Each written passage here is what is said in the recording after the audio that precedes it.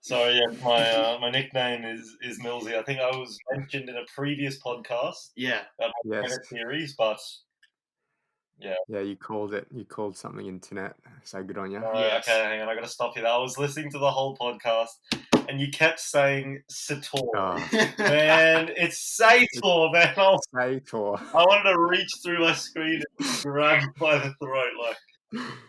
Okay, guys, this is my official apology. I recognize the people that I hurt through my actions, and in the future, I look to better myself. You know, this is a learning curve for me, and you know, this is what the podcast is all about. It's about You transforming.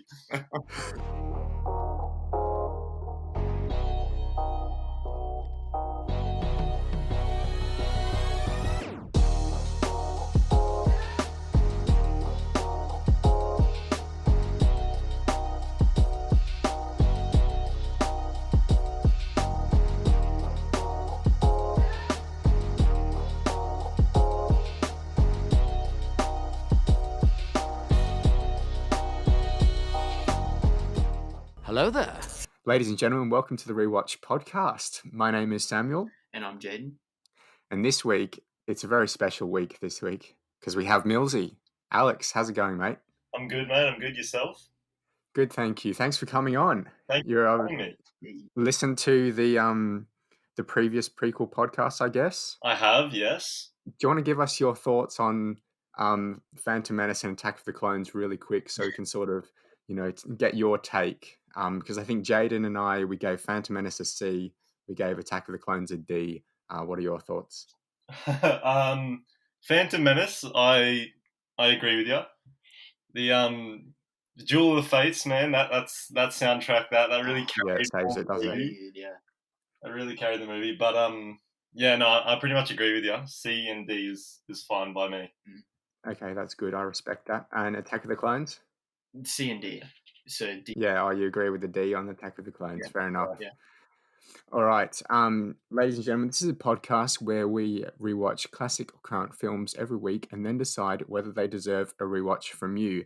And this week we rewatched Revenge of the Sith, Star Wars Episode 3. Before we get into it, a like on this video would be most appreciated. You could subscribe if you would like. If you're listening on Spotify, you can find us on YouTube by searching The Rewatch. Mm-hmm.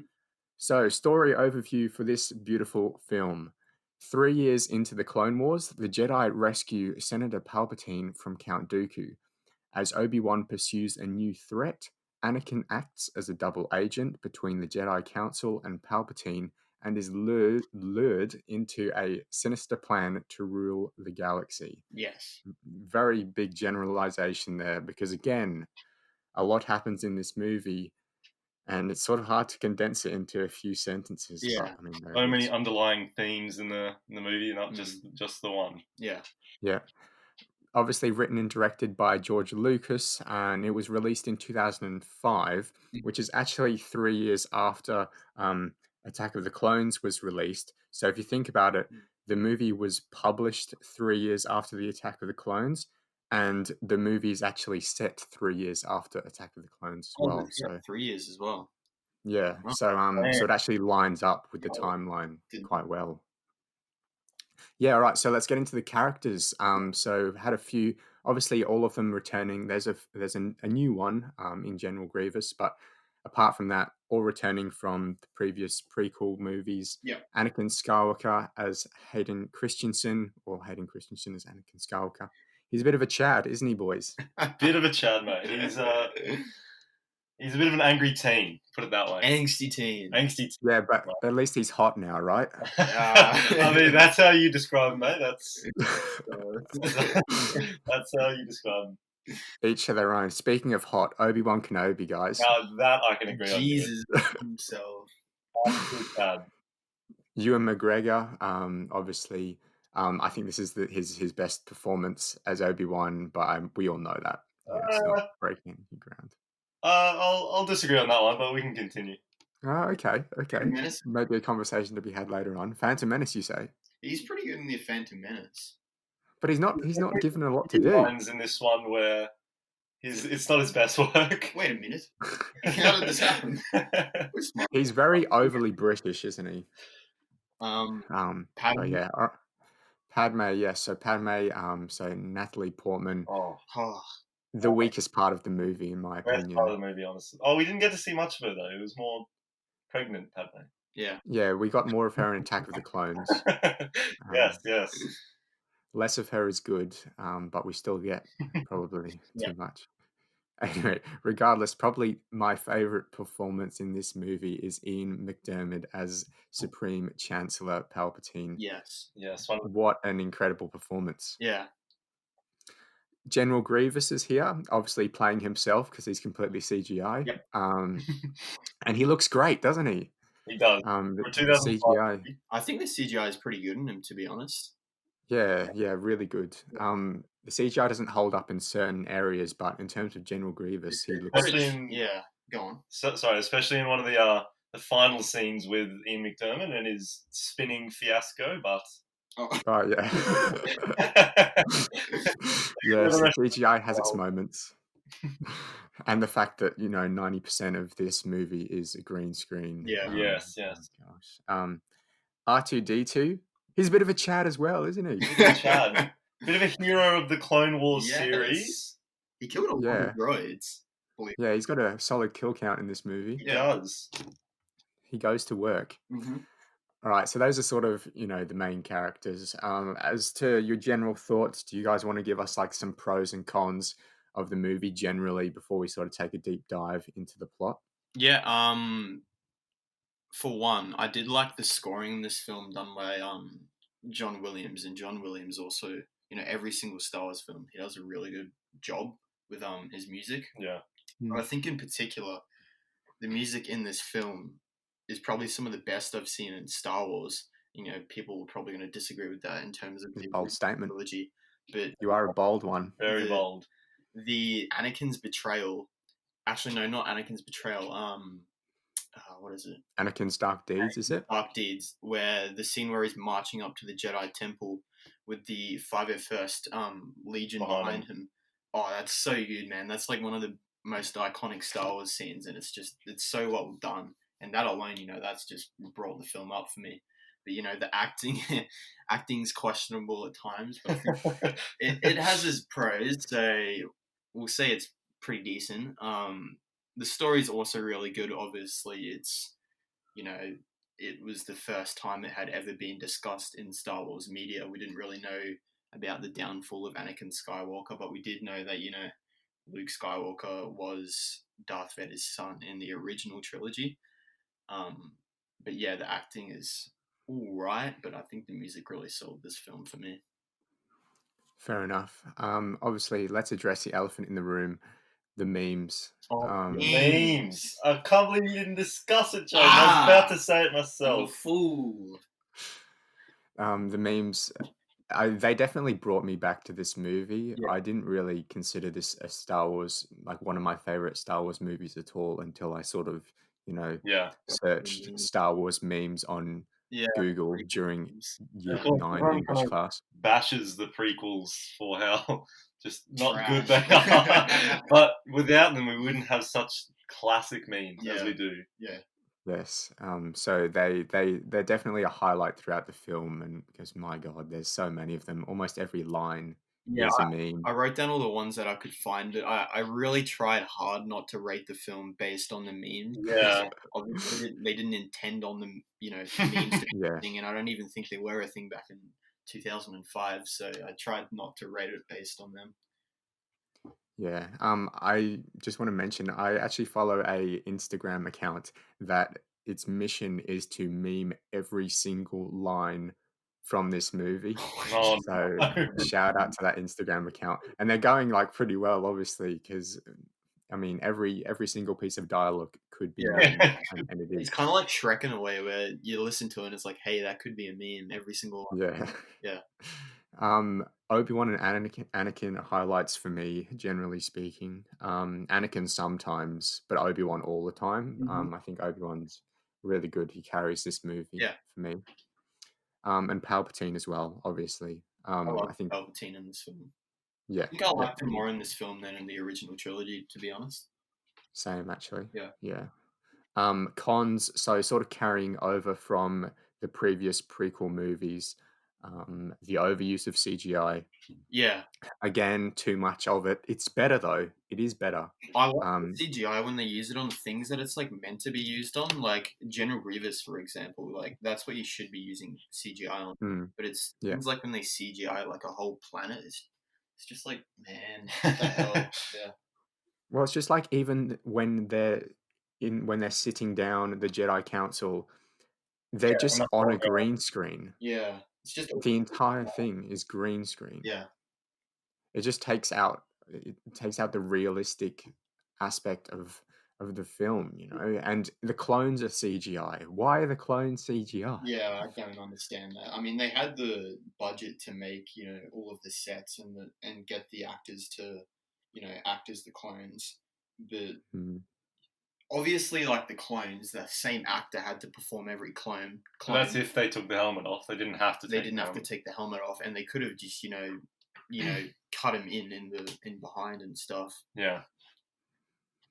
Yeah, I mean, I get the fact that when you do have those big CGI battles like the one on Geonosis in the previous movie, you can't make 10,000 clone people wear a suit and everything. Yeah. But in terms of like Commander Cody, for example, there's only one of him. Yeah. Yeah. And he looks so cool. Like his design is so awesome. And it looks really real and the CGI is great, but it is just CGI. Yeah. It would have been better, just practical. Yeah. Yeah, 100%. Anakin's motivations for me, I'm just not going to get into too much detail. I mean, but for me, the reason why Anakin does what he does in this movie could have been done so much better. Yeah. I also think that every duel except Obi-Wan and Anakin could have been so much better as well. Yeah. But Really? Yeah. Definitely. What did you enjoy? I enjoyed the Yoda versus Palpatine one at the very end. Yeah. With all the flying saucers. Yeah, I don't know. We'll sort of. I mean, we're going to go through all the duels in this episode, so we'll go in depth to all of them eventually. But for me, like the Obi-Wan and Anakin one is obviously fantastic, but the rest I think could have just been so much better. Like they're all good, but I believe that the Anakin versus Obi-Wan, the final one, is I think the best Star Wars fight that we've ever received in Star Wars media. So in comparison to it, it kind of falls down a bit, but it's still a good fight sequence. Like I still enjoyed the Yoda versus Palpatine one.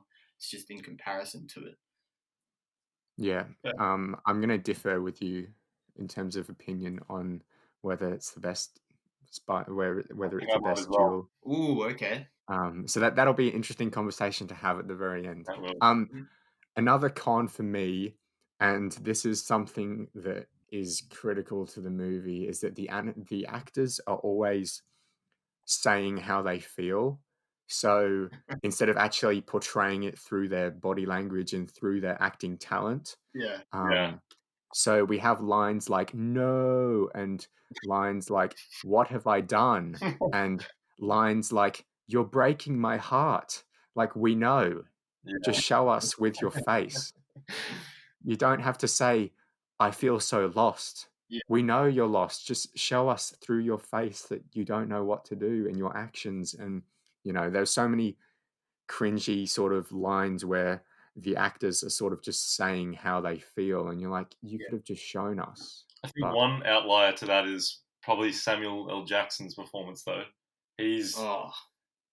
I think he's the least cringy out of all of them. Like, he can display it well. Yeah. But of course, there's always one fault in there, but... Yeah, no, fair enough. So do you want to take a deep dive into the movie now? So we'll go from start to finish. Let's start with the first scene. Obviously, what a fantastic scene. Yeah. So obviously, Jaden has in his notes somewhere, I saw we start with a ship over a planet. Yeah. And that's a Star Wars thing. Every Star Wars film from the 9 films we've received has started with a planet and and a ship over the top of it. It's just like a weird thing that Star Wars does. I think in the first film we saw the Tantive 4 with maybe it was Naboo. Yeah. But yeah, Star Wars film does that. In The Force Awakens and The Last Jedi, I don't think we get that though. I don't quite. You don't know. I don't quite know those movies. I don't recall those movies. Yes, I mean, sorry, what are those? Sorry, I have no idea. I don't know why I brought those. Every film from the real movies has done it. Yes, I was going to say, because that was why I was confused, because you said the Star Wars saga movies, and I just got confused there, because obviously you're referring to 1 through 6. Yeah, we just had to clarify that one up real quick. Yeah, okay, I'm glad we can clarify that and move on swiftly before dwelling on that too much. The CGI in this scene looks awesome. Obviously, it's entirely CGI. Yeah. You have like Anakin and Obi-Wan in cockpits, which just have green screen all around them. Yeah. I think it looks fantastic considering, the fact that it's entirely CGI. It's what it should be used for. Like, obviously they can't create that with practical effects, so they have to, use CGI. They can create the cockpit. Oh yeah, the cockpit, but obviously the space battle. Yeah. Let's just film something real quick. Up to space we go, guys. Send those Star Destroyers that are real up there. We're just going to film this real quick, like Mission Impossible style. But yeah, obviously we get "this is where the fun begins" line, and in terms of the movie, this is where the fun begins. Yeah, it is. I just want to talk about the shot where, at the very start, when we're following Anakin and Obi-Wan's spaceships, and they go over the ship, and we just get this massive spectacle of the entire battle. Mm-hmm. Looks so good. One of the best shots in Star Wars, period, for me. But yeah, do you guys have any other thoughts on that space battle before we get to what happens on board? On board the first ship? The one that splits in half. Jaden brought this up before, but R2D2, when he was bursting off the buzz droid, and you kind of see some of his tenacity when he just hands off the buzz droid with his little taser. Oh yeah, pretty cool. 1v1. Oh yeah. Also, Anakin is pretty stupid, isn't he? Like, he's trying to shoot Obi-Wan's ship, and Obi-Wan's like, "You're gonna kill us both." He literally blew off the wing of Obi-Wan's starfighter. So he's like struggling to get into the hangar. Yeah. Oh yeah. So we're back on. So we're on the ship now. Yeah. The Obi-Wan and Anakin have crashed onto the ship where Senator Palpatine is being held hostage, and we get this really cool line of, obviously, R2, we need to be going up, not down, in the elevator with Obi-Wan and Anakin. And what happens next is actually really interesting. Obviously, the dynamic between Anakin and Obi-Wan is brilliant, isn't it? Yeah. The chemistry and the sort of the bickering between them. Yeah. It was probably for once. Yeah, probably the best. Just before you go into that, because the scene before that, when Anakin says, "I think we're walking into a trap," because usually in the have you seen the TV series The Clone Wars? Yeah. Of course. Yeah. Well, usually Obi-Wan is the sarcastic one of the two, and you don't really get to see it in Phantom Menace or Attack of the Clones, but he says, we're walking into a trap, and he asks Obi-Wan what we have to do, and Obi-Wan's like, "Well, we'll just spring the trap." Yeah. And that was one of his better acting lines, but the next few to come aren't. Yeah, no. Ewan McGregor is great. So after R2D2 sends the elevator down, not up, Anakin or Obi-Wan's like obviously a bit annoyed with R2, and so they're both in the elevator now, and Obi-Wan's sort of like, you can just tell he's had enough of R2. He's like, it's this stupid droid. Yeah. And Anakin looks to Obi-Wan and he's like, "No more loose wire jokes." And then Obi-Wan's like, "Did I say anything?" Anakin's like, "He's trying." And then Obi-Wan's like, "I didn't say anything." Yeah. It's just so funny. And it's the dynamic between the two. It's brilliant for me. And obviously they're referring to, Obi-Wan has obviously made fun of R2D2 in the past for having loose wires. Yeah. And Anakin sort of, R2-D2 is Anakin's pet, essentially. Like and he's caring for R2. He's like, hey, Obi-Wan, don't make fun of him, okay? He's trying his best. Yeah. And Obi-Wan's like, I didn't say anything. Where I think there was one episode where R2-D2 got captured or something. Yeah. He can like risk everything for R2-D2. Yeah. It just shows how much like he cares about this one droid. Yeah, R2-D2's really he's a person, essentially. He's another character. But if Obi-Wan lost R4 from his ship, like his head got torn off, he's just like, okay, bye. Yeah. He's like, oh dear. I'll see you later, R4, I guess. Oh well. We only fought together in the Clone Wars for like 3 years. Yeah. See you, bye. Let's go to the Count Dooku against Anakin and Obi-Wan duel. Yeah. So obviously, when Count Dooku appears, Obi-Wan says to Anakin, "This time we do it together." Yep. And Anakin's like, "I was just about to say that," and obviously that's in reference to the last movie where we have that stupid line where Obi-Wan's like, we'll take them together, and then Anakin's like, no, I'm taking them now. Angsty teen coming out. He's like, Obi-Wan's like, oh, you take him in slowly from the left. He's like, no, I'm taking him now. He rushes in. Just chill, boy. So what are your guys' thoughts on the duel that takes place between Anakin, Obi-Wan, and Count Dooku? The second time in the Star Wars saga we've had this duel. The fight isn't that good, and obviously the CGI doesn't help it at all. But I do like the Count Dooku memes that came out of this one. We got I've been looking forward to this. And we also got twice the pride, double the fool. Yes. So I do like what's his name? Oh, that's gonna annoy me.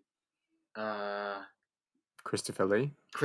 Sir Christopher Lee. Yeah, so I do like Christopher Lee's portrayal of Count Dooku.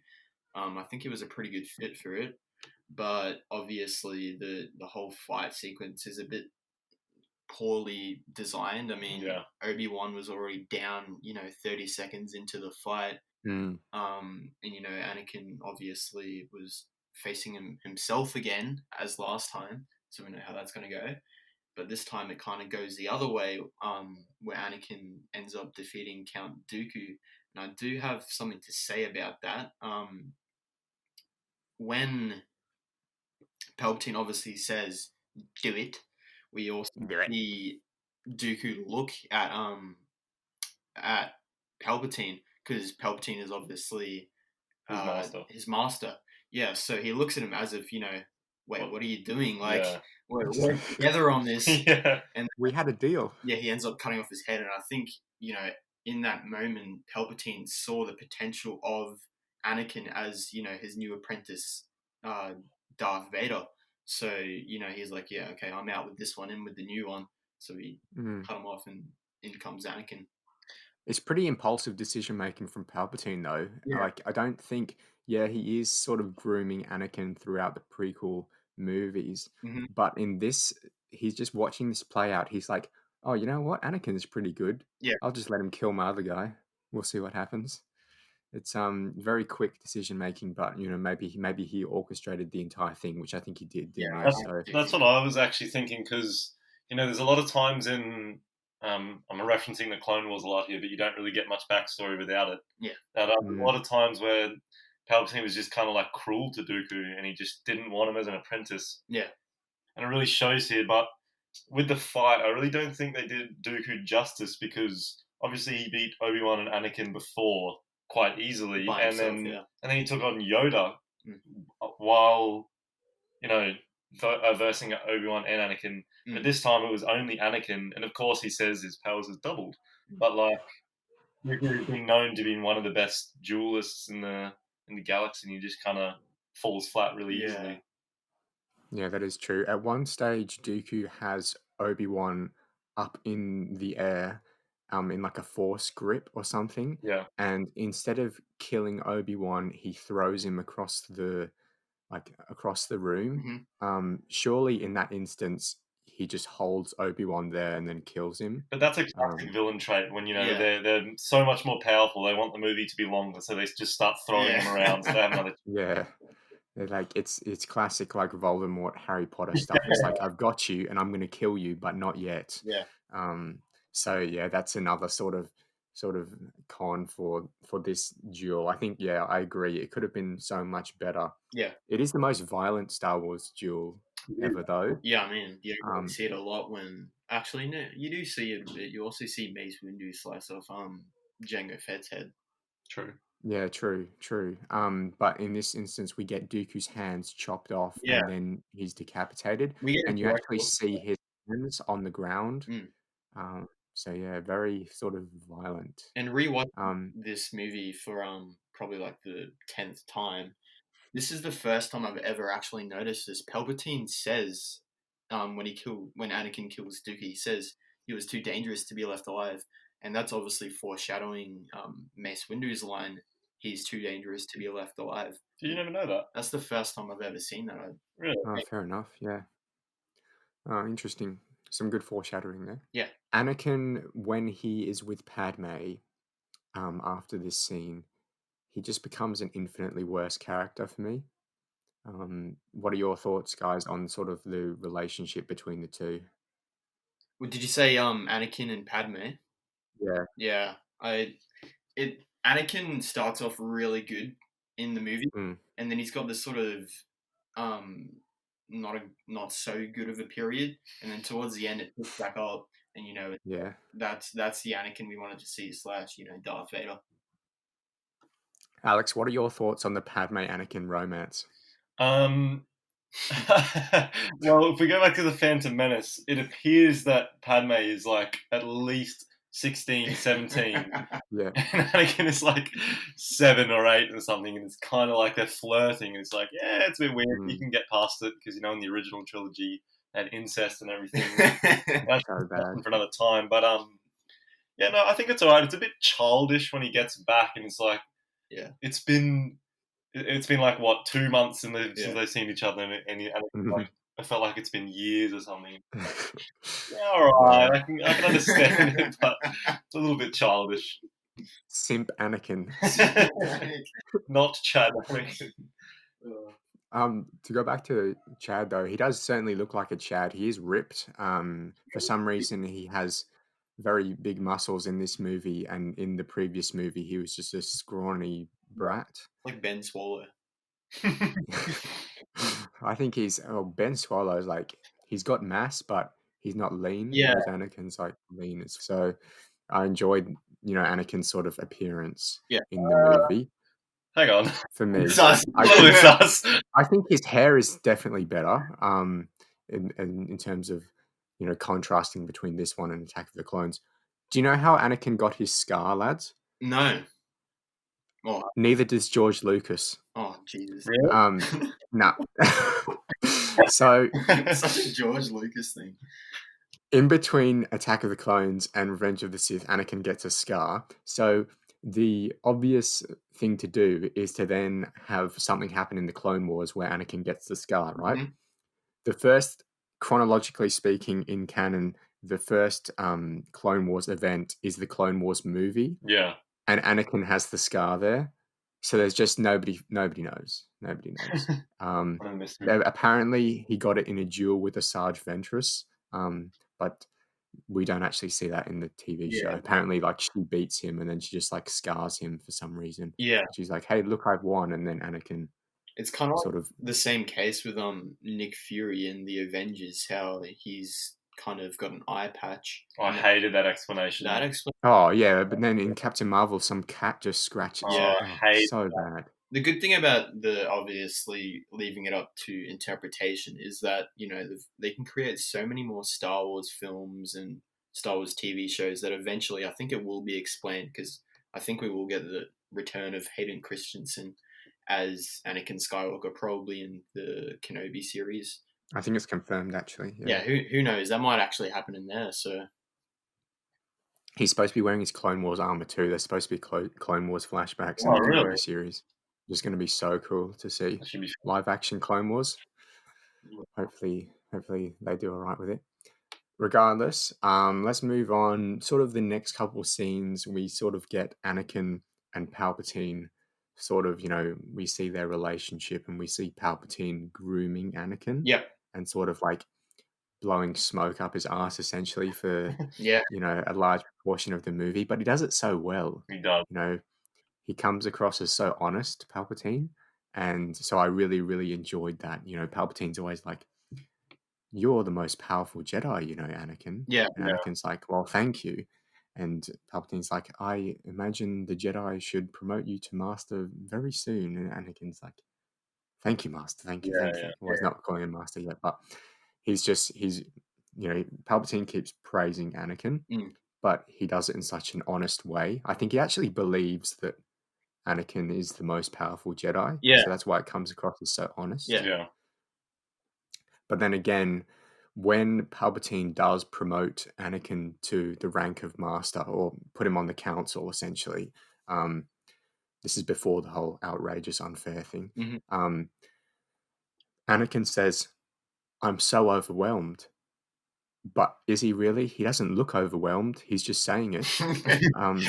Hayden Christensen. Yeah. He hears this he hears this news and he's like, I'm so overwhelmed. It's like, what? Are you? Are you really? The prequel actors are so used to, George Lucas, his script writing being like, say this line and try to express your emotion. Yeah. They've never done it in a Star Wars film before, so it's kind of like, I don't like sand. Like, what are we meant to do? Yeah, that. Coarse and rough.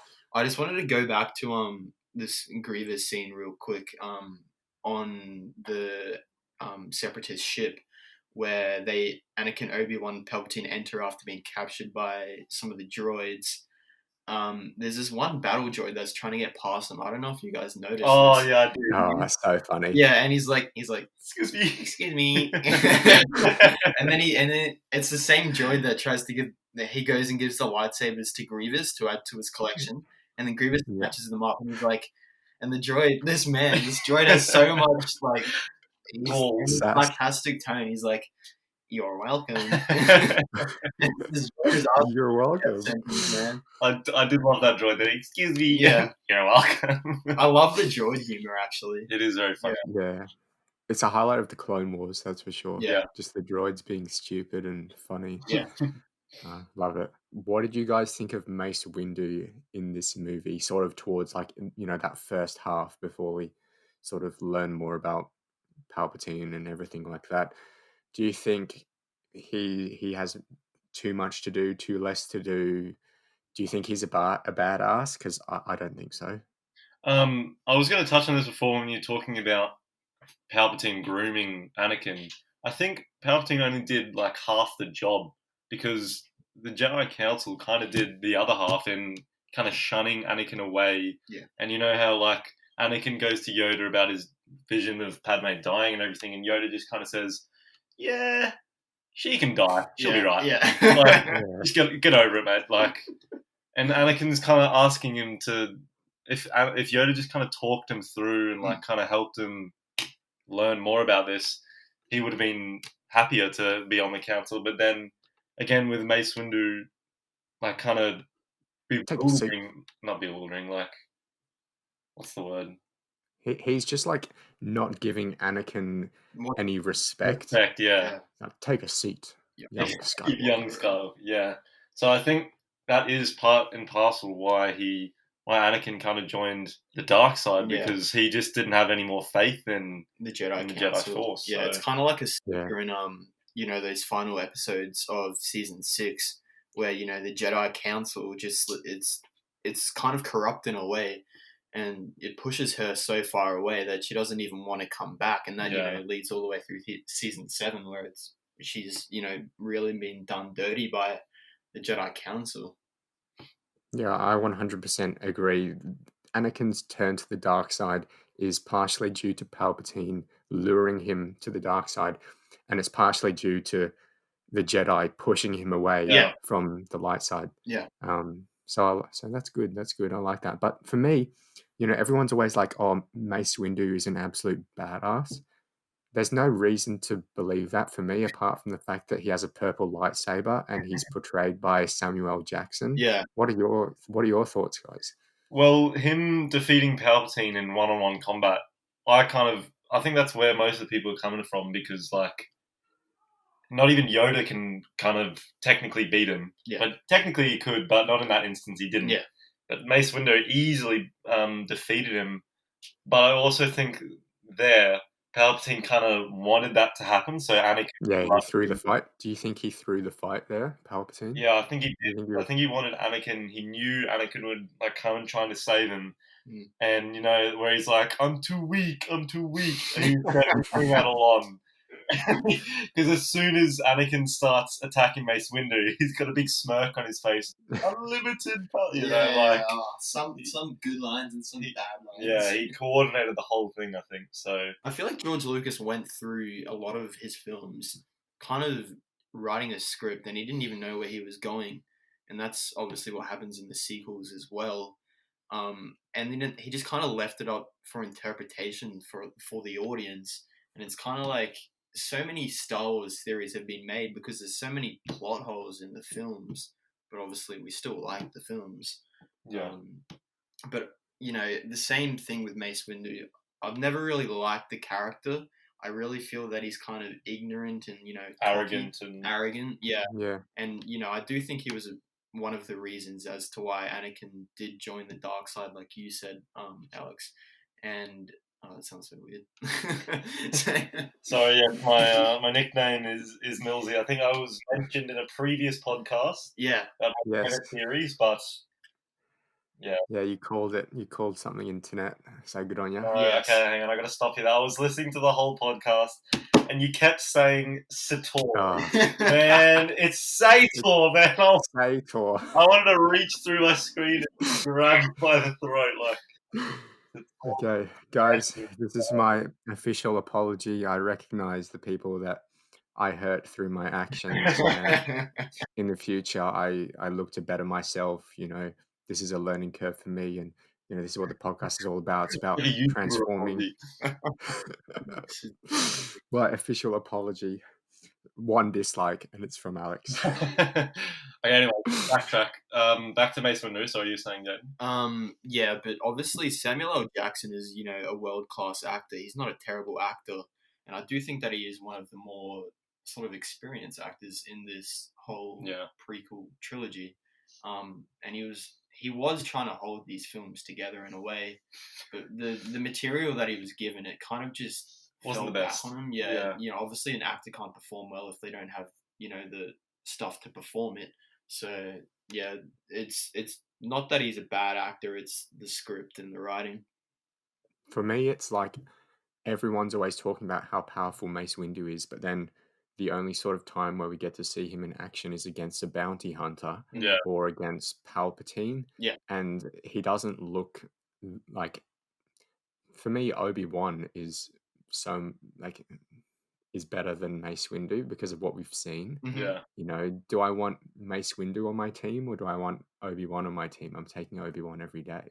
Well, that's you love Obi-Wan too much. Love with Obi-Wan. Because of Obi-Wan. Like, that's why. What did you guys think of the politics in this movie? You know, a theme throughout the entire prequel trilogy is that we have boring politics. Again, boring. They have dumbed it down from, obviously, The Phantom Menace and Attack of the Clones. They definitely put it aside, but they really didn't need it, man. Yeah, I think it sort of makes sense in the fact that Palpatine is becoming a dictator, and I think as long as you know what a democracy is, you can sort of follow this politics. But still, we don't. It's really not that engaging. Yeah. So yeah, I think in terms of this movie in comparison to the rest of the prequel trilogy, I think the politics in this is definitely more simple and more, you know, it's able to be understood. Yeah. So as long as you know what a democracy is, you're able to follow it and you're able to know that, you know, having a dictator is not good. But don't tell Anakin Skywalker that because he'll kill you. He likes a good dictatorship, Anakin Skywalker. Do we want to move to the tragedy of Darth Plagueis the Wise scene? Yes, of course. I was just going to talk about that. I think it's possibly one of the darkest scenes in the movie, not in terms of visual, but in terms of, you know, the script and what he says. You know, in terms of discussing Plagueis, it really shows how evil and manipulative Palpatine is, and you can really see it. It's pretty obvious how he's, you know, nurturing Anakin to become this Sith Lord that we all know. But what I do love about this scene is that sort of dark hum, good music throughout the background. You know, I think even Palpatine's theme plays in there, like a rendition of it, kind of secretly in the background, so you know, hold up, you know, something evil is going on here. But yeah, it shows that something's lurking in the background, you know, evil, and you know, something bad's going to happen. That's fair. I think we get a good Palpatine origin story in this, because obviously the tragedy of Darth Plagueis the Wise is the tragedy of his master, but then it's also the origin of Darth Sidious, essentially. Yeah. Or sort of, you know, Darth Sidious becoming the main Sith, the Sith master. So I think it's cool that they sort of worked in Palpatine's origin story there. Yeah.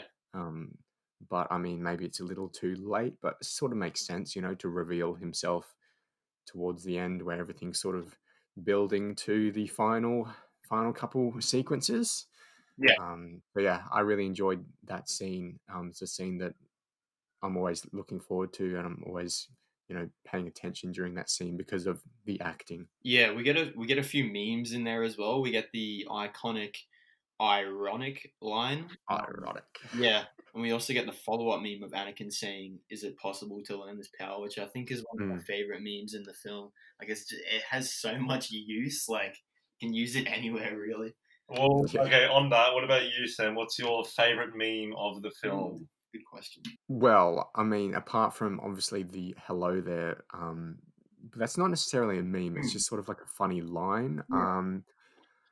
This is where the fun begins is a favorite. You know, I like to quote that on the battlefront. I like to quote the, you know, you underestimate my power. Yeah. There's some other like sort of lesser known ones. Yeah. That I like too. But yeah, I was gonna make you guys give you guys like 10 seconds to write down as many memes as possible and see who could get more. Oh yeah. But I was actually thinking this earlier today. I can rattle off a few. I can do it quickly. Yeah. Well, I think my favorite is definitely I've got the high ground, Anakin. Yeah, fair enough. That's definitely the most stupid times. Yeah. Even when Obi-Wan doesn't have the high ground, he somehow has the high ground, or he figures out. No, I've got an issue with that. You see this in the Phantom Menace, where he, you know, does a 360 over Darth Maul's head when Darth Maul had like 10 seconds to react to it. We also see it in this movie with the fight with General Grievous, but we'll get into that. Yeah. So, let's go to the Battle of Kashyyyk. If you guys are able to go there, you don't have anything else to add so far. This whole Battle of Kashyyyk is, or it could be completely cut from the movie. The only sort of purpose it has is to take Yoda out of the way, so that Anakin can turn to the dark side. The whole origin of this is, what about the droid attack on the Wookiees? And then that leads to one of my favorite memes where it's like Yoda says, "Good relations with the Wookiees I have," and then it cuts to a photo of like Yoda and Chewbacca like having beers. Good stuff. So we get like, obviously it's complete CGI battle. The clones are CGI. And Chewbacca's CGI some of the time too. Yeah, so this is the first time we've seen Chewbacca in the prequel trilogy, isn't it? I think so. Yeah, it's chronologically the first in the movie series. Yep, it is. I think probably, yes. Yeah, I don't think he's in Clone Wars, but it's before Solo, isn't it? Yeah. Solo. Yeah, okay. In A New Hope or something. I think. Oh yeah, is he in the Clone Wars? I think Chewbacca is in the Clone Wars. Yeah, he is. Some of the time, I don't know. He's not a main character there, but earlier in the original films. Yes, yeah. Another problem 100%. I do have with this whole Kashyyyk battle is, I think it's just an underlying problem with movies. It's just big CGI battles. Just one team with millions of people. There's another team with millions of people. You just don't know what the hell is going on. Yeah. Hard to follow. And especially with a bunch of blue and red lasers going around everywhere. It's just like, what the hell is going on? I'd much prefer obviously like a one-on-one duel or something, but it does serve the purpose of getting Yoda out of the way. Yeah, it also explains, how Yoda eventually ended up on Dagobah in, I think it was Empire Strikes Back. I think I think Yoda's first appearance was Empire Strikes Back. Yeah. I do want to also touch on the clone scout troopers on Kashyyyk. Man, they look so cool. I love. They do look really cool. Oh, the camouflage green. Yeah. I love all the different. That's what I love about the prequel series. Is obviously the clone troopers. There's so many different legions and different squads, and I just love. I could sit down and just like research them and go through the Wikipedia and look at all of the different types of them. Sorry, the what? The Wikipedia? The official Wikipedia of Star Wars is called the Wikipedia. I've never heard that. Classic, love it. Yeah, no, I agree. I think the clone designs, the design of everything really, from the outfits to the starships to the planets to the sets. I mean, apart from the fact that they overuse CGI, it's created, it's designed amazingly, in my opinion. So different from the original trilogy. Yeah, definitely. Let's go to then. I mean, obviously, the Battle of Kashyyyk has sort of no meaning. We're given no reason to really care about what's going on. So, but meanwhile, we have Obi-Wan and Grievous. And my main problem with this is at the start when they're deciding who's going to go and defeat Grievous. The Jedi Council are sitting there. They're like, who is able to defeat Grievous? Anakin's like, oh yeah, Palps wants me to go. And Mace Windu's like, no. Yeah. We need someone with more experience. Again, he's kind of shunning him and not giving him a chance to, become the Jedi he wants to become. I do have a problem though. They're like, who shall we send? Well, how about you send everyone? Yeah. What else is what's Mace Windu doing at the moment? Yeah. He's just sitting there like making decisions. Yeah. How about, I think that's a perfect opportunity to see Mace Windu in action against this, crazy four-armed. That would have been so cool, man. I mean, Kenobi's great too, and obviously Kenobi is one of the most powerful Jedi at the time. But why don't you send backup with him? Why is it just Kenobi? It seems unnecessarily dangerous. And I like how just I forgot the guy's name, but it's like it's the guy with the head that's like. Oh, Kidari or something? That's the one, yeah. And he just kind of throws Obi-Wan in there. He just injects. He's like, "What do we just send Obi-Wan?" And everyone looks at him like, just me? Like anyone else? Like, you better. Yeah. Like, imagine if Obi-Wan died and Kidari Mundi's like, oh, well. Yeah, whoops. When we get to see Obi-Wan go to Utapau, which is where he versus Grievous, that scene just before he leaves with Anakin and Obi-Wan, that is the last time we've ever seen, Obi-Wan and Anakin as Obi-Wan and Anakin. Any time from that forward, we've seen Obi-Wan and Darth Vader. So this is the last time we get to see that. It's kind of really sad how I think the line is "Goodbye, old friend," and I can't remember it fully, but it's a really emotional line because you know what's happening if you've seen it before and you've seen all the Clone Wars. You know that that's the last time. I think it is a good mini send-off though, because Anakin tells Obi-Wan how he's distressed about his like lacking in his training and like how he thinks he didn't do Obi-Wan right, but then Obi-Wan kind of says, No, I'm very proud of you. Like, you've done everything I've asked, and you've become a better Jedi and everything. Yeah. And if he said something else, like how they got into a fist fight or something, it'd just be a wrong send off because now they have to go and actually fight for their lives against each other. Yeah. I think it's a really wholesome moment that contrasts with obviously what's to come. Yeah. And I think it sets up, a bit of emotion within the viewer of, you see this wholesome friendship. Yeah. You're like, oh, they're saying goodbye to each other, but, they'll be back soon. And they never really do come back. both Kenobi and Anakin, you know, by the time they next see each other, they've changed so drastically. For sure, yeah. And I do think that Obi-Wan did learn that sort of, you know, being nice to, you know, whereas Mace Windu's just, you know, an absolute dickhead. You know, Obi-Wan learnt it from Qui-Gon Jinn in a way, because Qui-Gon was also very, you know, reassuring to Anakin when in the Phantom Menace, and Obi-Wan must have, you know, taken that on and learned that, you know, he has become a better Jedi than he could ever be, and, you know, he's taught him his ways and such. And I think in that it helps Obi-Wan's arc, because you notice in the Phantom Menace when Qui-Gon Jinn gets killed by Darth Maul and everything, Obi-Wan at first says, "No, I don't want to take this kid. Like, I don't want to train him." But then he's kind of forced into it, and you'd think he'd had some guilt about training him and what he's become. But yeah. He didn't seem like he was prepared to do it, but in a way he was forced into it, and I think he might have done, you know, a better job than Qui-Gon in a way. Ooh, I don't know about that one. Questionable. I think whether it's better or not, it's hard to say. It's so different. You know, Obi-Wan and Anakin are brothers, whereas Anakin and Qui-Gon Jinn, like there's a clear father and son relationship there. Yeah. You can tell that if Qui-Gon said, "Anakin, don't do this," Anakin's really gonna, you know, think twice before actually doing that. Whereas, so many times throughout the prequel. Oh no, sorry. I was just gonna say, so many times throughout the prequel trilogy, Obi-Wan tells Anakin not to do something, and then Anakin just does it straight away. We'll take him together. No, I'm gonna take him now. So bad.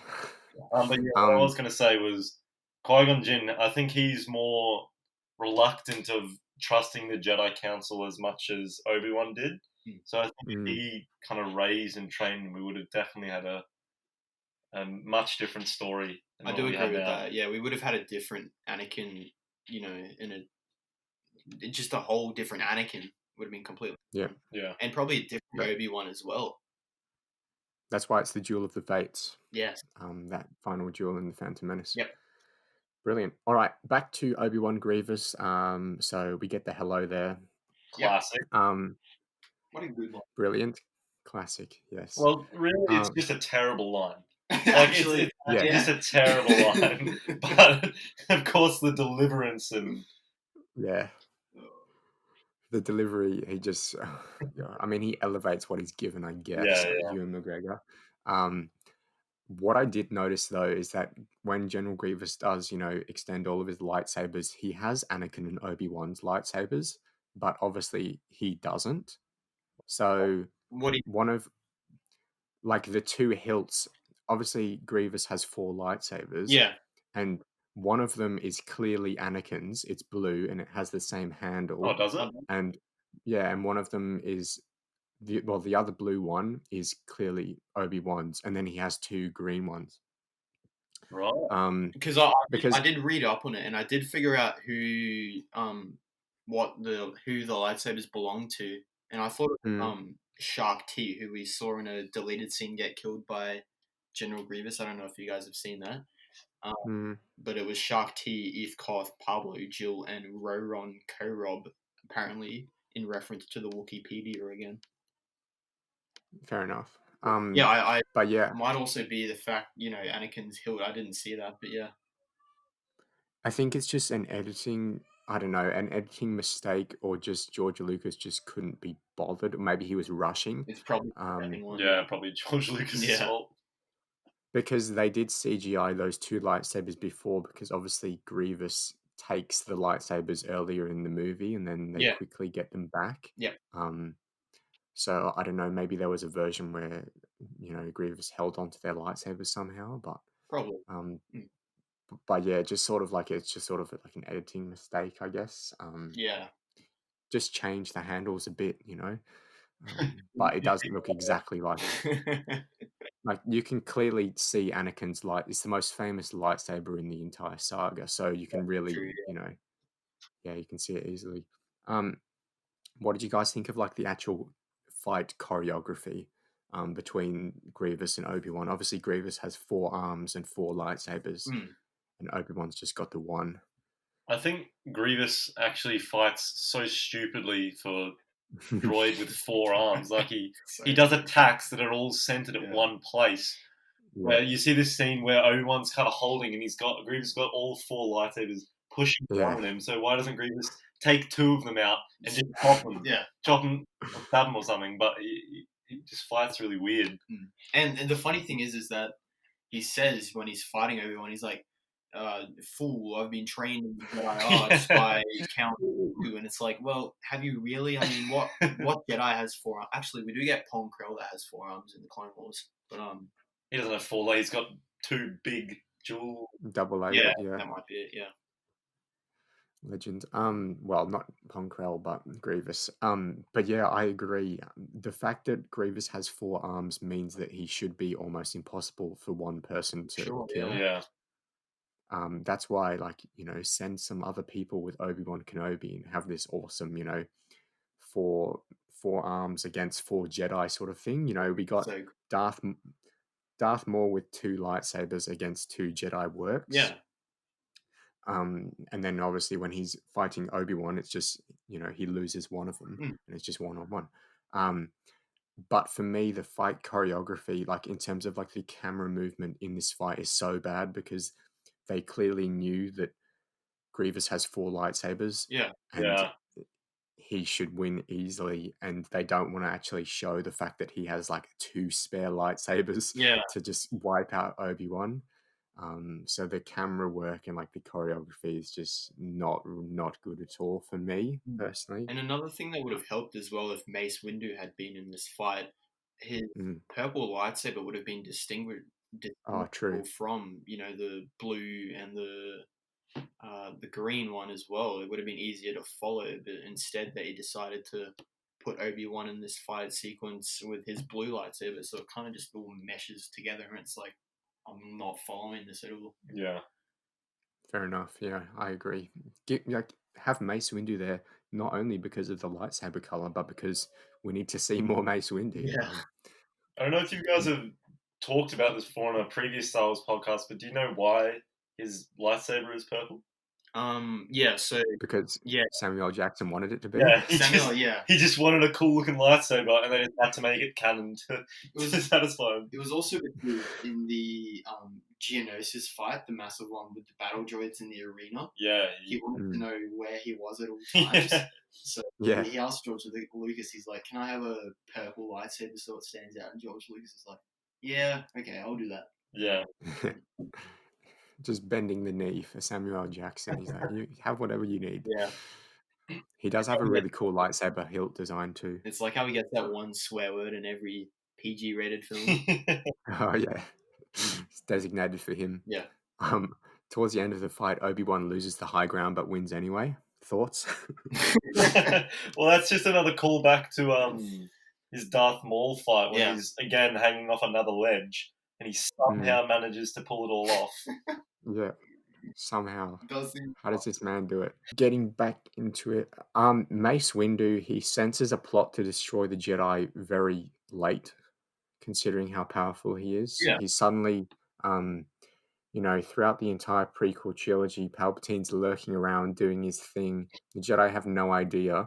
And then suddenly, in the 3rd act of Revenge of the Sith, Mace Windu's like, I sense a plot to destroy the Jedi. Yeah. It's like, yeah, mate, took you long enough. So I thought that was just a bit weird how it sort of just pops into his head towards the end. Yeah, well, he's one of the only Jedi that actually senses Order 66. I think he stands alongside Yoda, Ahsoka, and I think maybe Obi-Wan Kenobi as well might have sensed it. Oh, okay. Yeah. I don't think... maybe Obi-Wan said something before, but... Maybe in the Clone Wars. Didn't. I know Ahsoka and Yoda most definitely. Yeah, 100%. Yeah. Well, there you go. There's like the 3. Well, no, you're bad because the Fallen Order, Jedi Fallen Order, the video game, that's canon, and you see his master. His master senses it like a few seconds before and is able to escape and everything. Yeah. Jaro Tapal. Yeah. Oh, okay. Fair enough. Yeah, I love the fact that everyone, like the amount of Jedi that survived Order 66, since Disney took over, that number has just skyrocketed. They're like, oh, so many Jedi survived the Great Purge, guys. Trust us. Well, it makes sense. I mean, there would have been a lot of Jedi that at that time have been fighting with clones. They would have just been at home, I guess. Yeah. Playing some PlayStation, they're just playing Battlefront, which is their Call of Duty, I guess, They're just chilling at home. They're like, oh, yo, my clone troop has just turned on me. They're like, oh, I better not go into work, eh? They just run off. Go into work, mate. Full of sickie. Don't go into work. It's like, yo, Mace, I'm just taking the day off today, mate. Sorry. Let's go to... Oh, one of my favorite scenes in the entire Star Wars saga is the parallel between Anakin and Padme at sunset, just before Anakin sort of turns to the dark side. Oh, and they're like looking at each other. Yeah, technically, but like not really. Yeah, I love that scene so much because it's the one time in the entire prequel trilogy where we're not told how the actors are feeling; they just express it. Yeah. There's no dialogue for like 30 seconds. Yeah. And you do know what's going on perfectly because of the way they acted it. So. Yeah. They have the potential to do it. It's just that they weren't given the script to do it. Yeah. And I think Hayden Christensen's really good in that, when he's sort of contemplating this decision that he has, whether to go to the dark side and have a way to save Padme, or to stay with the Jedi and have her die. And you can tell that he's really conflicted. Yeah. And then like a tear trickles down his face, really good. Yeah. Shows that Hayden Christensen is a good actor. Unfortunately. People shun him all the time for being, probably not the best pick for Anakin, but I do think he was a decent pick. I mean, I couldn't think of anyone else that would play the role as good or if better. Yeah. Apparently, Leonardo DiCaprio was at one stage supposed to be. He looks so out of place in the whole cast and everything. Man, I reckon that would be weird. Yeah, it's kind of like where they also cast Leonardo DiCaprio for Sam Raimi's Spider-Man, which is really weird as well. Yeah, fair enough. And Joker. Leonardo DiCaprio was like almost everyone. Yeah, well, I don't blame them. I mean, he's an A actor. Yeah. Yeah, might as well consider him. I can see why he turned down the role there. He read the script and just, nah. I don't like sand. Wait, what? Can you imagine him acting that line out? Oh, gosh. He's too good. He's too good. Okay, let's go to probably the worst duel in the movie, I guess, where Mace Windu finds out that Palpatine is indeed a Sith Lord. Yeah. And he takes his mates, Kit Fisto, who's an absolute legend, one of my favorite Jedi. I love him in the Clone Wars. Yeah, absolute badass in the Clone Wars. Actually, he defeats Grievous himself, but unfortunately, like Grievous sort of cheats and pulls in like 500 battle droids, so he got away. But regardless, so Mace has got Kit Fisto, and he's got two other random Jedi Masters. Yeah. Against Darth Sidious. We obviously get the I am the Senate. Yeah. Not yet. It's treason then. Yeah. I mean, Sorry, can we just get a quick recall on that one?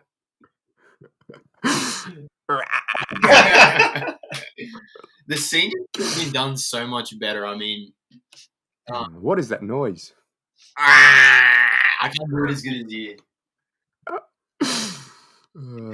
So bad. Better though, and George Lucas has come out and said it's because the Emperor used powers that were too quick for the Jedi, and I think his scream was also a scream that distracted them. But it's terrible writing, and trying to find a justification for it. Yeah.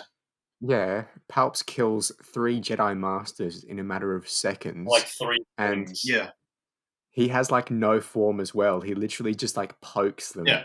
But that's throughout the whole movie though. He has no form. He's just kind of Yeah, it's also because all of his shots are of Ian McDiarmid playing him, and obviously he's quite an old actor. Yeah. Yeah. It's funny because he's even in the original trilogy, he's an older He's younger, isn't older he? character, but he's younger. Yeah. But in the Yeah. he's Younger older, character, but it's but younger. he's older. Yeah. Oh, geez, it sounds like we're talking about Tenet.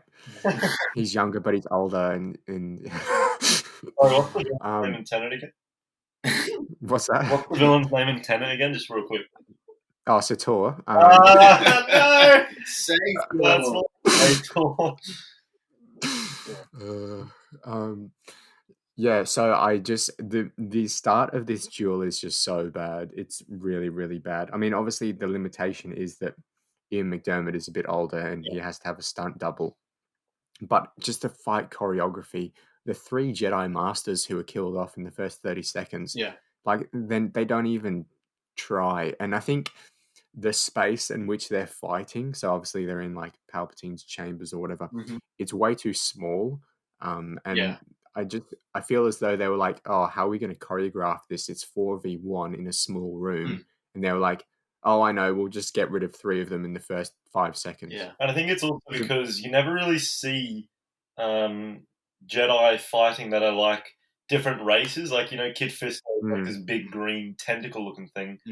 Yeah. They just kind of said, yeah, it'll be a bit too hard to fight with him, the costume or everything, so let's just get It's kind of like a flashback too, well, not a flashback. It's kind of reminiscent of the Last Jedi in Snoke throne room where they've Sorry, what?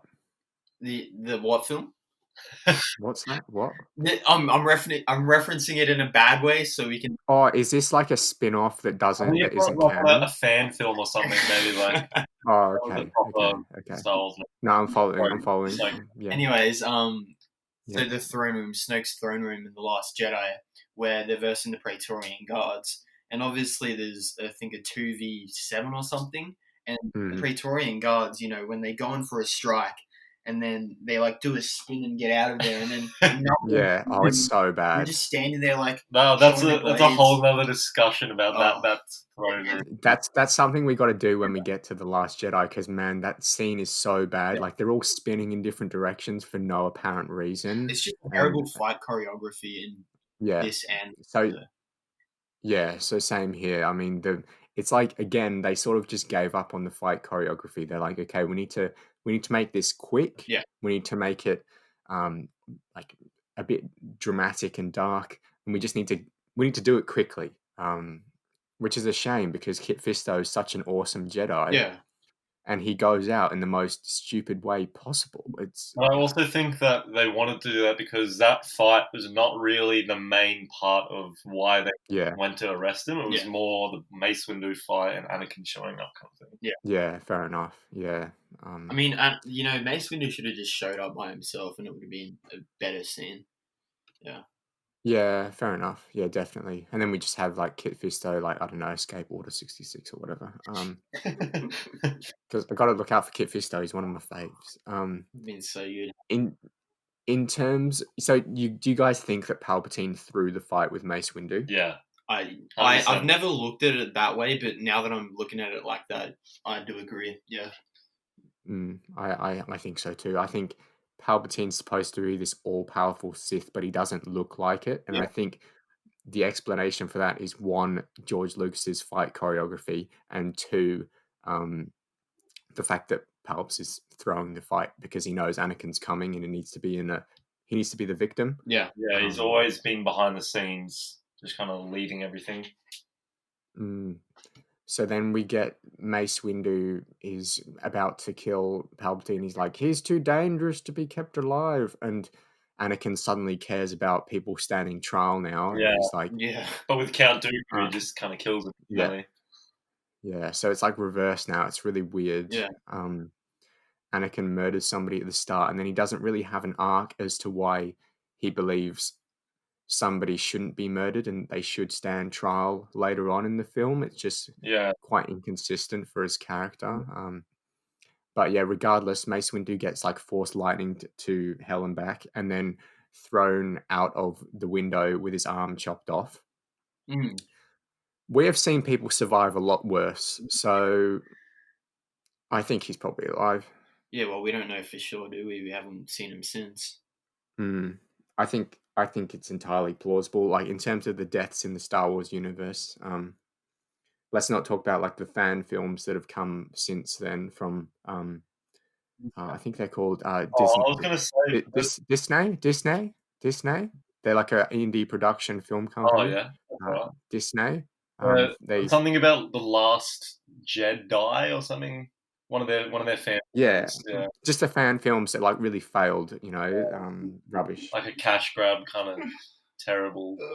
Ray Skywalker. Ray Skywalker. Yeah, that's the one. That you didn't get me, but right there, that's Ray Skywalker. I remember now. Yeah. I mean, at least it's like a spin-off. It's not connected to this, so that's good. But on fan films, actual fan films, the Vader Immortal. I don't know if you've seen it. It's Is it by Star Wars Theory? Yeah, by Star Wars Theory. It's a really good insight into like Vader's kind of mindset. That was really good. Good as well. It looked really professional. And his next scene that he wants to do is about Mace Windu and like how he survived and everything. So I think that'd be cool. interesting. Yeah. Okay, I'll check that out. Do you guys have any more feelings that you want to express on this duel, or shall we move to Order 66? Let's just move on to Order 66.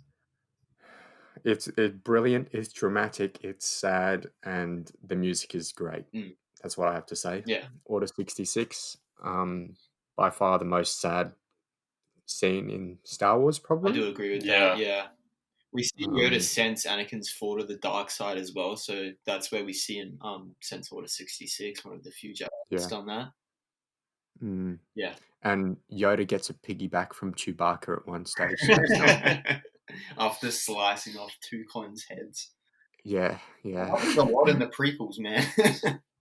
Yeah, lots of heads going everywhere. But we do see the scene where Anakin marches up to the Jedi Temple with the 501st Battalion behind him. I mentioned this before with Anakin's Dark Deeds playing in the background.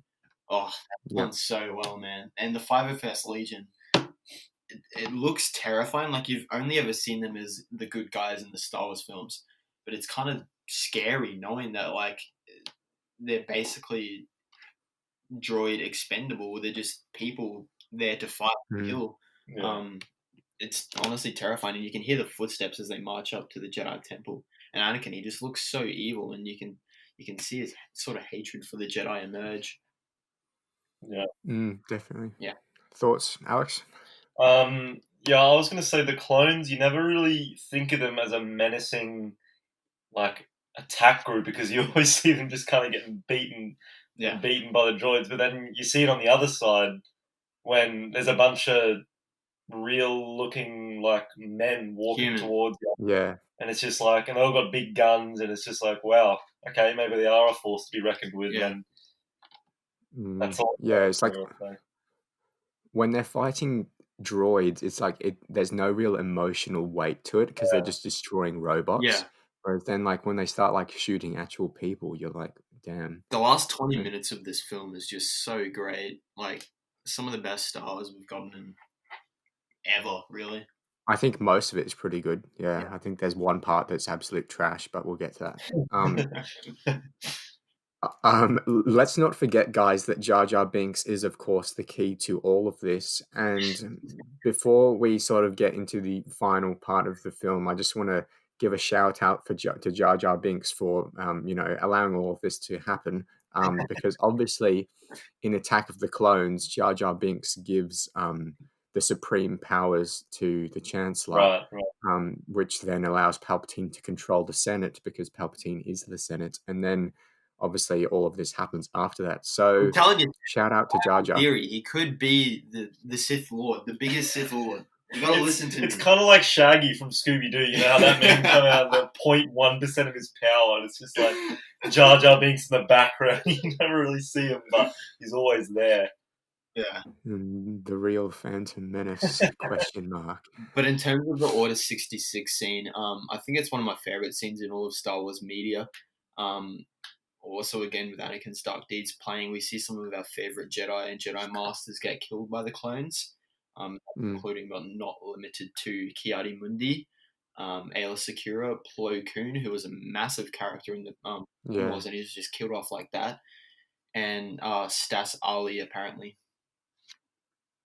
I love the fact that like Plo Koon, he's in the Clone Wars as this, awesome Master Jedi. Yeah. He's achieved so many things. Then the way he goes out is that he's just shot with Yeah. his spaceship.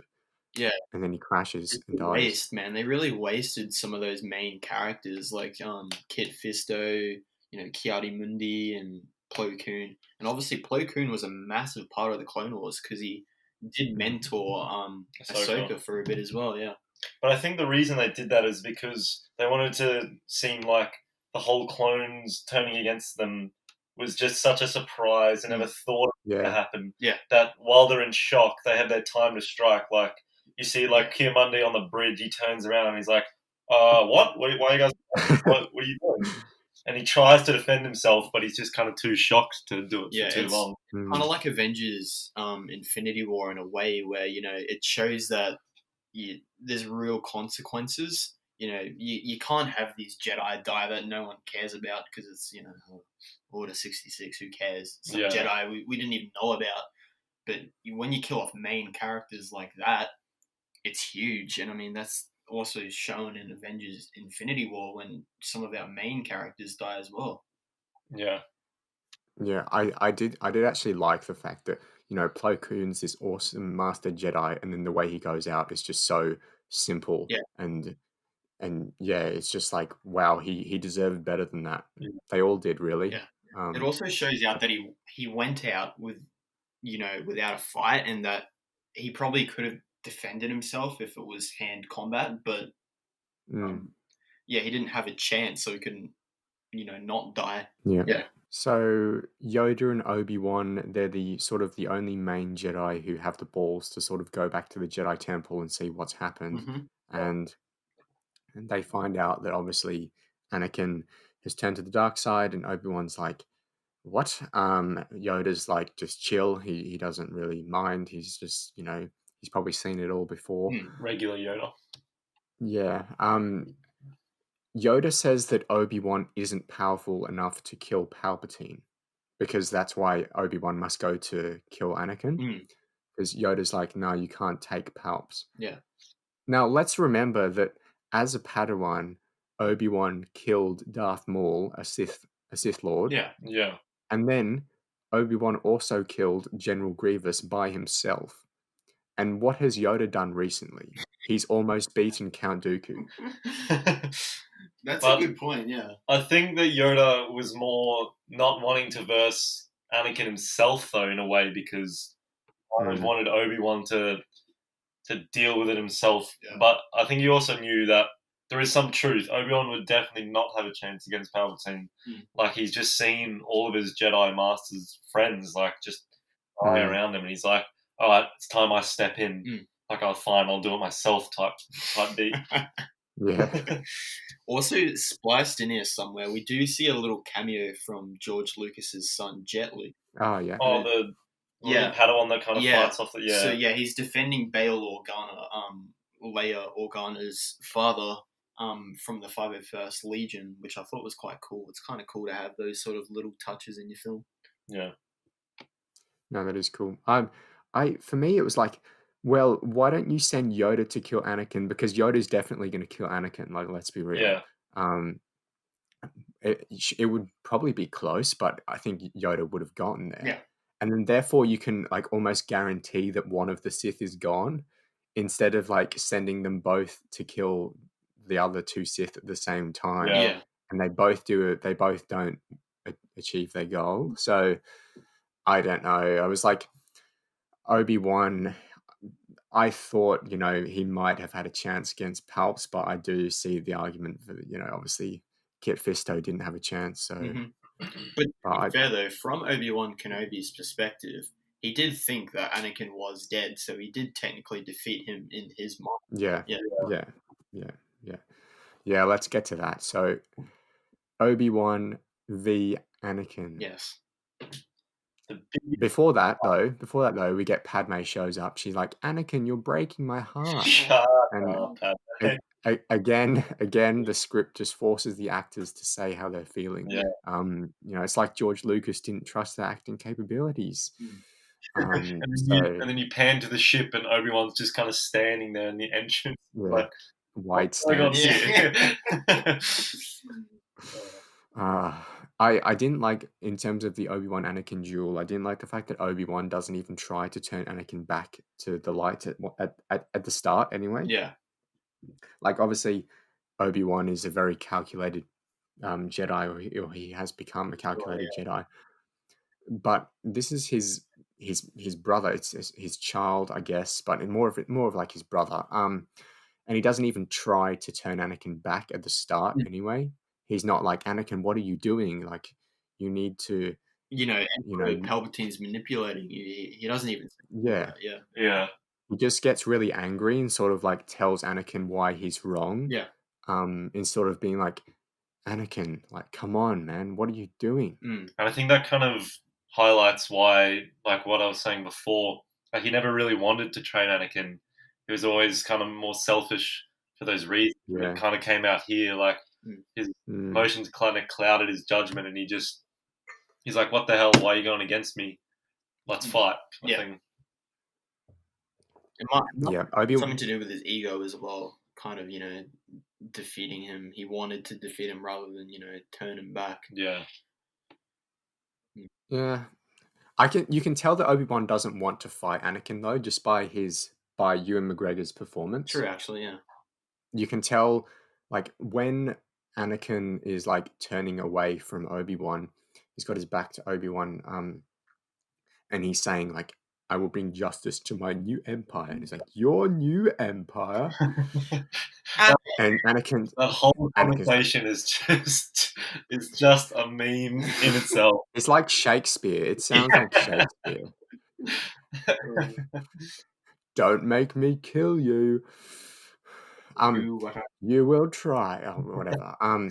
You can tell Obi-Wan doesn't want to fight Anakin just by his stance when Anakin does have his back turned to him. Like, Obi-Wan ignites his lightsaber, and when Obi-Wan usually does that, he does this like weird move, like, to get ready for the fight. His head, yeah. Whereas he doesn't do that. Yeah. He sort of like ignites his lightsaber, and he's like, "Oh, here we go." Yeah. Like, I don't want to do this, but I've got to. It's more and he's sort of just standing there rather than an offensive method of combat. Yeah, I do think Obi-Wan is being defensive for the entire fight. Yeah. I don't think he's trying to kill Anakin at all. Except for the... I think he's just... I think he's trying to, like, wear him down. Yeah. But you can tell that he doesn't have the strength to, like, decapitate him, for example. I mean, we see his line where he says, obviously, don't try it. So he doesn't want to. Yeah.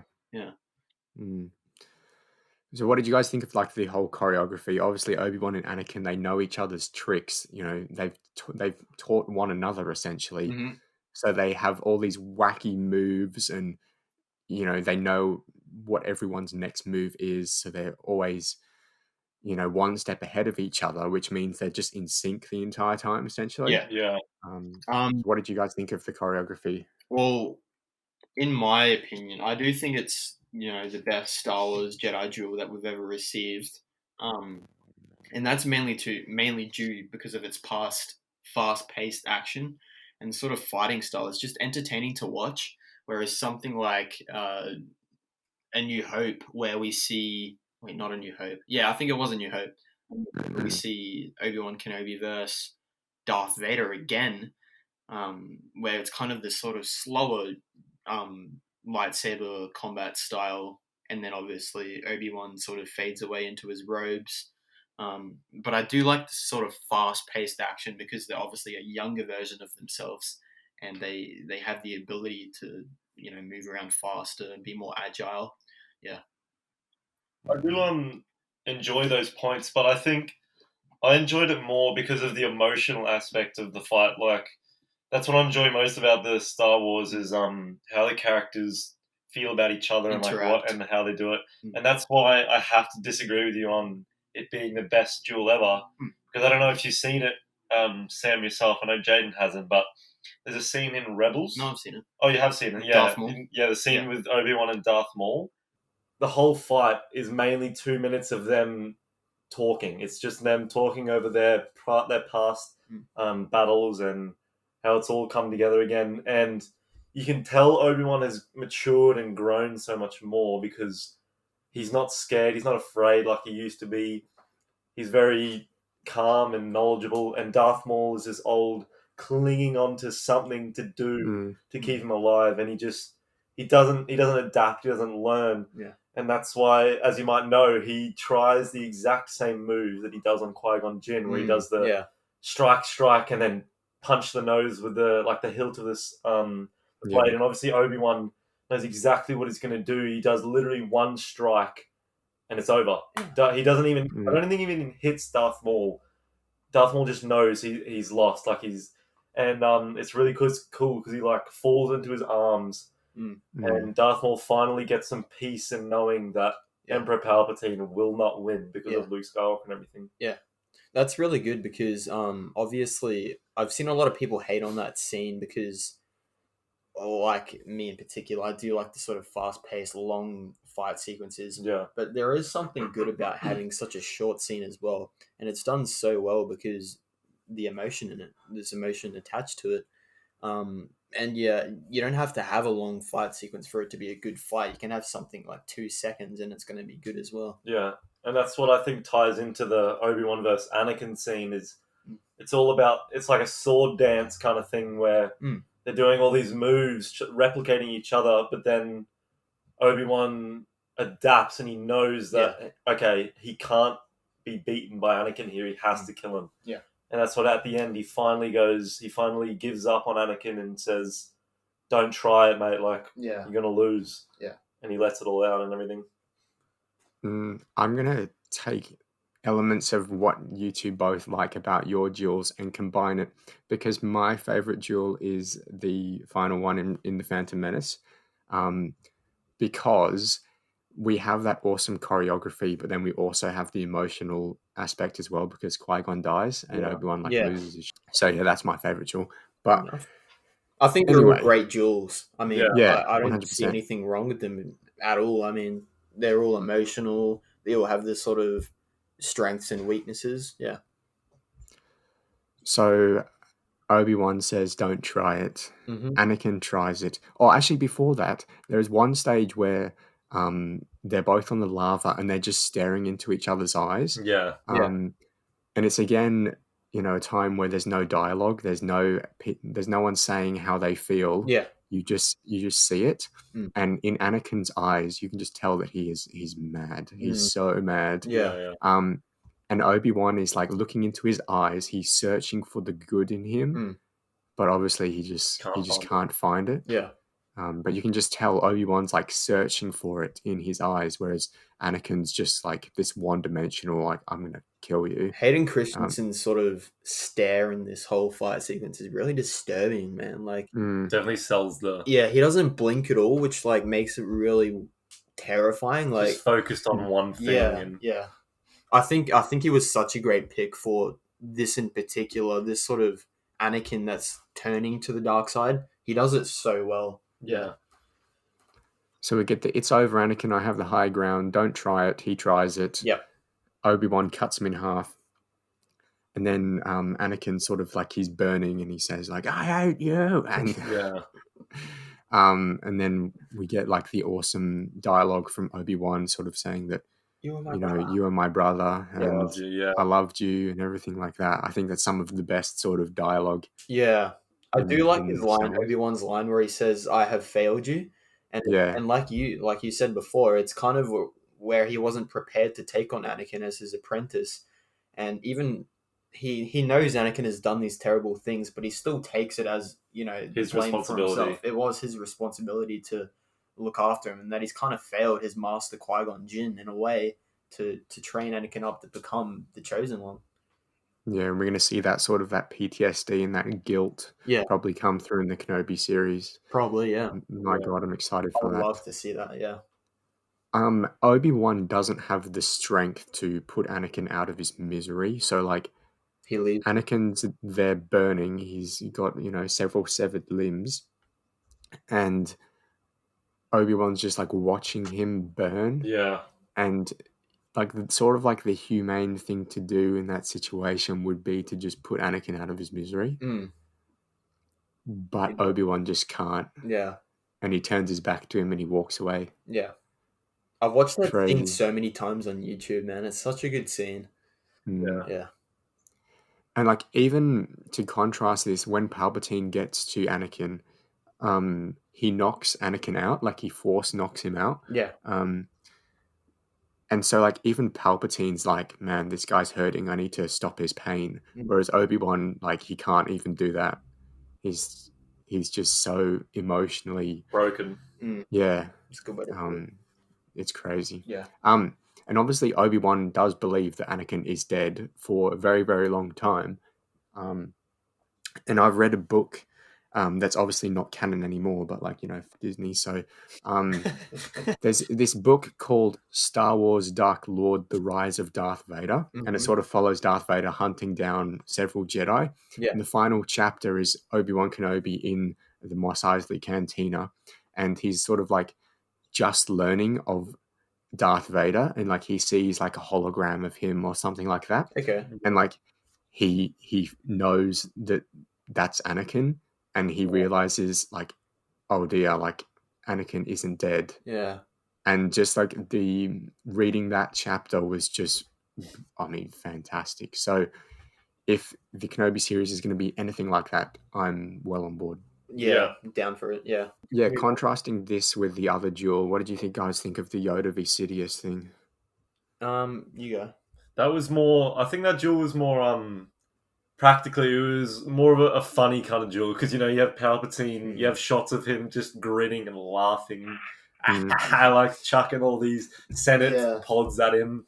Yeah, but I think when Yoda at the end kind of finally gives up and he says he has to go into exile to Organa, he definitely thinks he's failed the Jedi. Yeah. So yeah, and that's when he hides away. He goes into exile and obviously goes to Dagobah. Contrasting the two duels, obviously in the Sidious and Yoda duel, there's more sort of like force using and less sort of lightsaber action. Yeah. But it seems as though Anakin and Obi-Wan are just on another level. Like, it seems as though they're more powerful. So I have a question for you guys. In sort of like an alternate reality, who have you got? Okay, so it's Yoda and Palpatine are on one team. Yep. Against Anakin and Obi-Wan. Ooh, I think I'd. Well, on one team you have obviously two of the opposing ends as best fighters and force users, but on the other you have the kid with the greatest potential and his master. It's kind of like that's a really that's a tricky. What about you? What are your thoughts on that one? Are you talking to me or Jaden? Oh yeah, sorry, Sam. I think in terms of like lightsaber, like if this was a lightsaber fight, I think Anakin and Obi-Wan have got it. Yeah. But then in terms of like using the Force, like we see Yoda, he literally catches Force lightning in his hand. That's so and then cool. Throws it back at Palpatine. Yeah. So it's clear that those two sort of have the better Force ability. Yeah. So it's sort of just a question of like what terms they're fighting on. Like if it's an enclosed room, like imagine if they're fighting on Tatooine, right? There's no like obstacles to force push around or anything like that. If it's just a lightsaber fight, I think it's Anakin and Obi-Wan, but I don't know if Yoda and Palp sort of, whip out their force abilities. Yeah. It's definitely unpredictable. Yeah, I agree. Moving on, do we want to move on to the sort of finale of the film where obviously Leia gives birth to Luke and Padme gives birth to Luke and Leia? Yep, let's do that. Yep. I want to mention the fact that Obi-Wan definitely considers killing Luke and Leia when he first learns of their existence. I don't know if you guys picked up on that, or maybe it's just my imagination, but when Obi-Wan finds out that they're twins and Padme's going to have them now and that they're going to survive, he sort of like puts his hand up to his face and he's like, sort of got like a dark, sort of confused, again, like a broken look to him. Yeah. And I'm like, this guy at this stage, like, he's just killed Anakin. he's like, oh, now there's 2 more, essentially. Yeah. So I definitely think in that instance, he's like, oh, I might have to kill these children. Really? You think he thinks he's going to have to kill the children? I think up on that. Maybe. I mean, there you go. That's just what I picked up from like his expression, but again, it's so ambiguous, so anybody could really, it can be interpreted either way. So I took from that Obi-Wan is kind of saying he's got regret for thinking he's killed Anakin when he's just had two kids. Yeah, definitely. Either way, I mean, entirely plausible for your explanation. Yeah. I think the contrast between the birth of Darth Vader, or essentially the death of Anakin Skywalker, and the death of Padme is really well done. Yeah. Yeah. It's very just unfortunate. Yeah. I think it's just so unfortunate that Padme has no reason to die. Yeah. It should have been the other way around in reality, yeah. George Lucas, I think he probably forgot that her character had to die by the 3rd movie, and he was like, oh, we need to get rid of this one. How do we do it? And it's the worst thing in the movie by far for me personally. Yeah. It's the fact that she just dies. Plausible though, because there has been cases in real life where people have just lost the will to live because their heart's been broken that way. And I think, obviously it could have been done better, but it's definitely plausible. Yeah. I mean, I don't, it's very rare, I think, but I think it is reasonable for it to end this sort of way. I mean, I couldn't think of any other way to Padme get out of this sort of spotlight. Yeah. There is a theory that Palpatine sucked the life energy out of Padme and gave it to Darth Vader. Nah. I don't think so. No, I don't think so. Did you guys pick up on the fact that when Vader's helmet is going onto Anakin Skywalker, he says, "Padme, help me"? No, I didn't know that. So he says it's just before his mask is clipped onto his face. He says really, really quietly, and if you don't really, really listen, you'll miss it. But I found it in a YouTube video. He says he whispers "Padme, help me," or he's "Help me, Padme," or something like that. I'm gonna have to go back and watch that. Yeah, he says something. A video said that it was "Padme, help me." It could be anything. He definitely says "help me" though. Oh yeah. Yeah. So it just shows the fact that Anakin Skywalker he's afraid. He's suffering. So just moving on, we get James Earl Jones returns for the voice of Darth Vader in this film. He played Vader in the original trilogy. And we also get the iconic "no" line. So bad. It's pretty bad. We know the fantastic thing about the Clone Wars finale, right, is the fact that Darth Vader doesn't say anything. He just looks, and we can tell, or we can guess as to how he's feeling. Yeah. Whereas here, he just can you imagine if he didn't say anything and he just stood there and we just got a close up of his face and then it ended? It's kind of like the Clone Wars ending in a way. That's what I just said. It would have been like that, yeah. Yeah. So it would have been so much better. Yeah. But just the fact that he says no is just. It's again showing rather than showing the emotions, he sort of says telling. Yeah. But so we see Luke and Leia is split up. Bail Organa and his wife take Leia, and Leia adopts the name Organa. And then Obi-Wan takes Luke to Tatooine with Owen and Beru. And we also hear that Qui-Gon Jinn has learned the path to immortality and has returned from another world of the Force. And this, I think, is through the use of the Force Ghost, which he was obviously the first to sort of know of this. And we also see at the end of Return of the Jedi, we see Yoda, Obi-Wan, and Anakin also using the Force Ghost. And we also see Luke in the other films, which I'm not going to talk about. Yeah. Yeah, when Yoda says that, he's like, "I will teach you." So Yoda in the Kenobi series, we're definitely going to get Liam Neeson as Qui-Gon Jinn. That definitely makes sense if he's not in there. Yeah. that's sort of the only person, I've said this before, it's like the only character that actually makes sense to appear in the Kenobi series. Yeah, he has come back before as well. The Clone Wars, he voiced more lines and everything. And I think in Rebels as well, he might have done some lines, Oh, okay. Awesome. So interesting to note, I don't know if you guys saw this, but in Padme's funeral, she still appears pregnant. Yeah, I did see that. This was done so that no one would knew that the twins were actually born and they could keep them a secret. So good. Yeah, which I thought that was pretty good. Nice touch of detail. And further to the end of the film, we also see the construction of the first Death Star. And when we see sort of Luke and Leia being passed off, we see their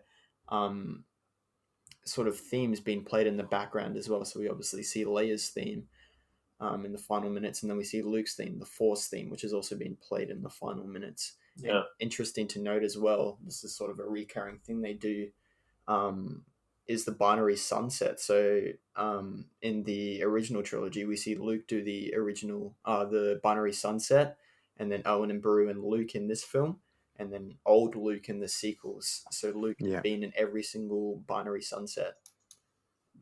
Oh, fair enough. That's cool. Do we want to wrap up now? Yeah, well, let's not forget our very important segment, the music segment. Yes.